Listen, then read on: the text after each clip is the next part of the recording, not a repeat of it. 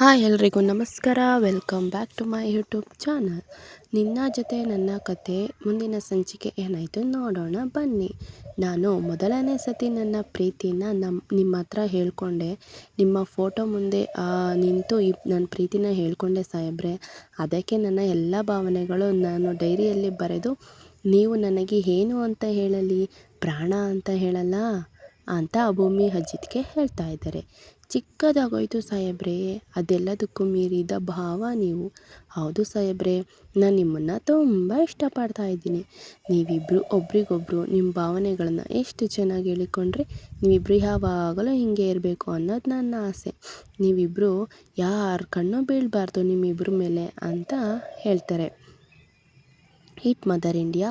ಇನ್ನೊಂದು good news ಏನು ಗೊತ್ತಾ, ನಾನು ನಮ್ಮ ಅತ್ತಿಗೆ ಇಂಜೆಕ್ಷನ್ ಕೊಟ್ಟಾಯಿತು ಅಂತ ಲಚ್ಚಿಯವರು ಇವ್ರಿಗೆ ಹೇಳ್ತಾರೆ, ಅಜಿತ್ ಅವ್ರಿಗೆ. ಗಿಫ್ಟ್ ಕಿಟ್ ಇನ್ ಭೂಮಿ. ನಿನ್ನೆ ರಾತ್ರಿ ಯಾವಾಗ ನೀನು ನಿನ್ನ ಮನಸ್ಸಿನ ಪ್ರೀತಿನ ಅಜಿತ್ಗೆ ಹೇಳಿಕೊಂಡು, ಆಗ ಪಾಪ ಅವನಿಗೆ ಸರಿಯಾಗಿ ಅರ್ಥ ಆಗಲಿಲ್ಲ. ಯಾಕೇಳು, ಅವನು ಸಂಗೀತಮ್ಮನ ಗುಂಗಲಿದ್ದ, ತಾಯಿನ ಅಷ್ಟೊಂದು ಹಚ್ಕೊಂಡಿದ್ದಾನೆ. ಹಾಗಾಗಿ ಆ ಉದ್ದೇಶದಲ್ಲಿ ಅವನು ನಿನ್ನ ಮೇಲೆ ಏನೇನೋ ಕೂಗಾಡಿದ್ದಾನೆ. ದಯವಿಟ್ಟು ಮನಸ್ಸಿಗೆ ಹಚ್ಕೋಬೇಡ.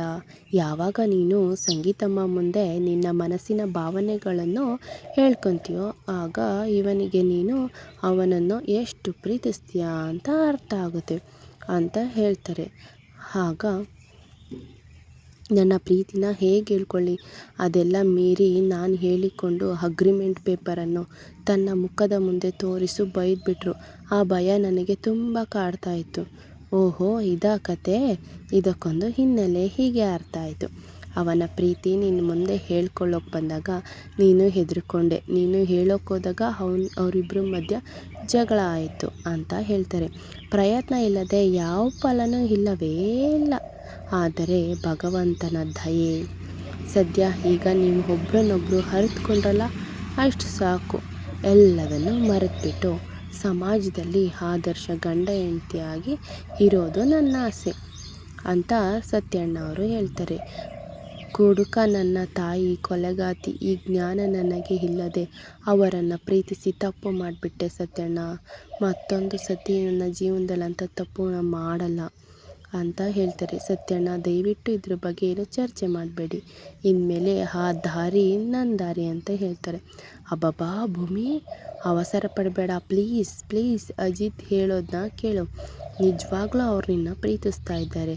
ತೀರಾ ಮತ್ತೆ ಕಾಟ ಶುರುವಾಗುತ್ತೆ.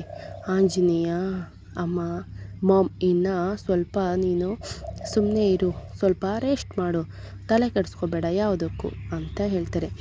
ನನಗೆ ಕುತ್ತಿಗೆ ಮೂಳೆ ಮುರಿಲೇ ಮಾಮ್, ಅವರ ಮಗಳನ್ನು ಸಾಯಿಸ್ತೀನಿ ಅಂತ ಹೇಳಿದಾಗ ಶಾರದಾ ದೊಡ್ಡಮ್ಮ ಅಷ್ಟು ಟ್ರಿಗರ್ ಆಗಿದ್ದು, ದಟ್ ಮೀನ್ಸ್ ಅವರಿಗೆ ಮೆಮೊರಿ ಲಾಸ್ ಆಗಿದ್ರು ಮಗಳು ಅಂತ ಎಮೋಷನಲ್ ಇನ್ನೂ ಒಳಗೆ ಸ್ಟ್ರಾಂಗ್ ಆಗಿದೆ ಅಂತ ದೇವಯಾನಿ ಮತ್ತು ಅವ್ರ ಮಗಳು ಮಾತಾಡ್ಕೋತಾ ಇರ್ತಾರೆ. ತಿಗ್ನೆ ಥರ ಸೇರ್ಕೊಂಡಿದ್ದಾಳೆ.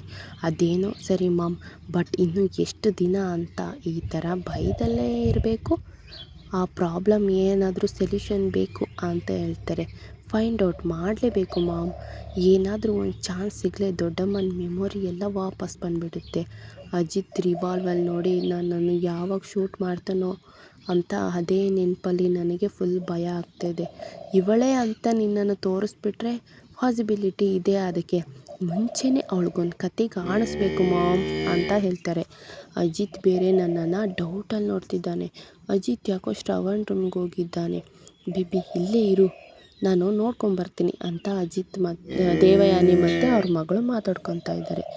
ಆಮೇಲೆ ಏನಿಲ್ಲಪ್ಪ, ಯಾವುದೋ ಒಂದು ಕೇಸ್ ವಿಷಯವಾಗಿ ಕೆಲಸ ರೆಫರ್ ಬೇಕಿತ್ತು, ನೋಡ್ತೀನಿ ಕೂತ್ಕೋ. ಮಾವ ಅವ್ರು ಹೇಳ್ತಾರೆ, ಈಗ ನಾನು ಹತ್ರ ಮಾತಾಡಬೇಕು ಅಂದ್ಕೊಂಡಿದ್ದೀರಾ, ವಿಚಾರ ನಿಮಗೆ ಡಿಸ್ಟರ್ಬ್. ಆಗ ಅಜಿತ್ ಅವರು ಶಾರದತ್ತೆ ಮತ್ತು ದೇವಯಾನಿ ಬಗ್ಗೆ ಕೇಳಬೇಕು, ಅವರಿಬ್ಬರು ಬಾಂಡಿಂಗ್ ಹೆಂಗಿತ್ತು ಅಂತ ಕೇಳ್ತಾ ಇರ್ತಾರೆ ಅವ್ರ ಮಾವನ್ನ. ಇಲ್ಲಿಗೆ ಈ ಕತೆ ಮುಗಿಯುತ್ತೆ. ನೆಕ್ಸ್ಟ್ ವಿಡಿಯೋದಲ್ಲಿ ಸಿಗ್ತೀನಿ.